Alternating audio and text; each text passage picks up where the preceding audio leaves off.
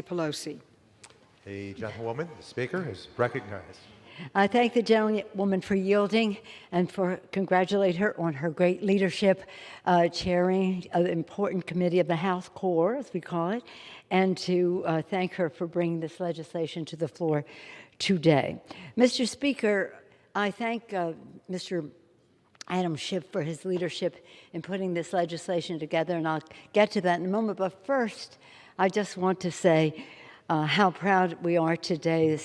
Every day that we serve in this house, a house of the people, is a privilege. No matter what honors others may bestow to us in this house, whether we are speaker or leader or whip or whatever, no honor is greater than to be able to step on the floor and say that we speak for the people of our district, that they have chosen us to come here, as was intended by our founders. 245 years ago, in an act of daring that would redefine the world, our founders, imagine the courage they had, declared their independence from an oppressive monarch.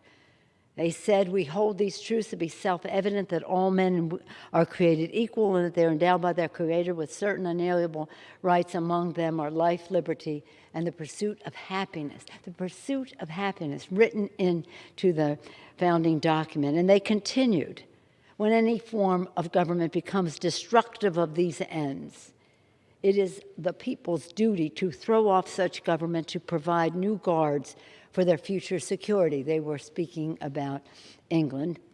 Our founders would then forge those guards for our own government, the democratic institutions enshrined in the Constitution, which for nearly 2.5 centuries have safeguarded the security and well-being of the American people. Of the American people. But disturbingly, the last administration saw our democracy in crisis with a rogue president who trampled over the guardrails protecting our republic. Now, Congress has the solemn responsibility and the opportunity to safeguard our democracy, ensuring that past abuses can never be perpetrated by any president of any party. The Protecting Our Democracy Act ensures the strength and survival of a democracy of, by, and for the people, defending the rule of law, revitalizing our system of checks and balances, and restoring our democratic institutions.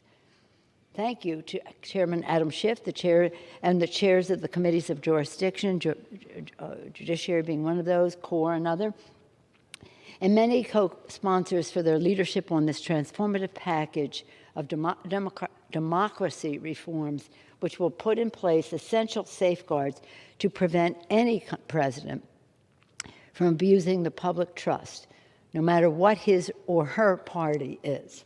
This legislative package is sweeping and future-focused, looking to the future, designed to restate the rule of law now and for generations to come.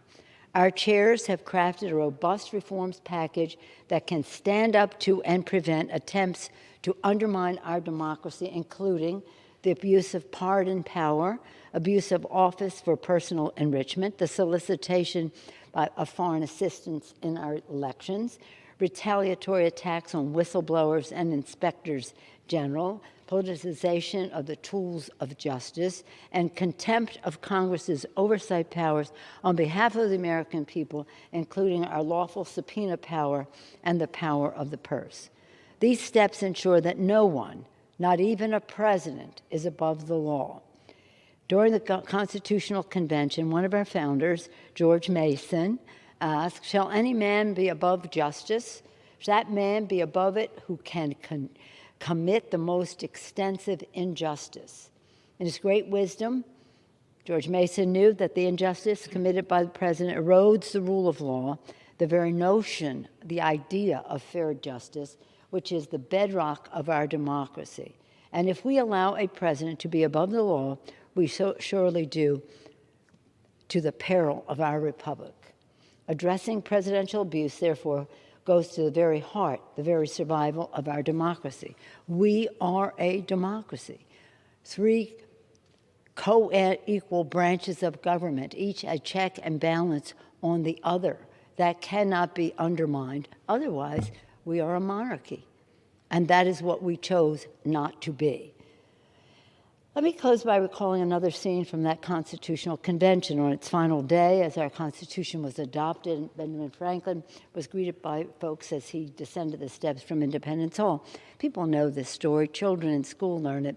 The people asked, "What do we have, a republic or a monarchy?" Benjamin Franklin responded, "A republic if we can keep it." This was the vision of our founders, and we are grateful to them for it. This is what our men and women in uniform defend: freedom, our democracy, and we are grateful to them for it. This is what we owe our children as we go forward, to meet their aspirations to live in the United States of America with liberty and justice for all, and we are responsible for it. May we be worthy of the vision of our founders, the sacrifice of our men and women in uniform, and the aspirations of our children. The Congress, as Article 1, the first branch of government, will uphold our solemn duty to keep our republic with our Republicans by passing the bill for the people. I say this with great appreciation to all who worked so hard to put this together.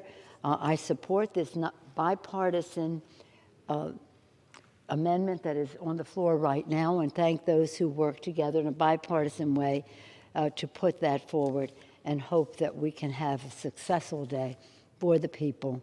Again, honoring our founders, our men and women in uniform, and for the children. Thank you, Mr. Speaker. I yield back. The gentlewoman from California.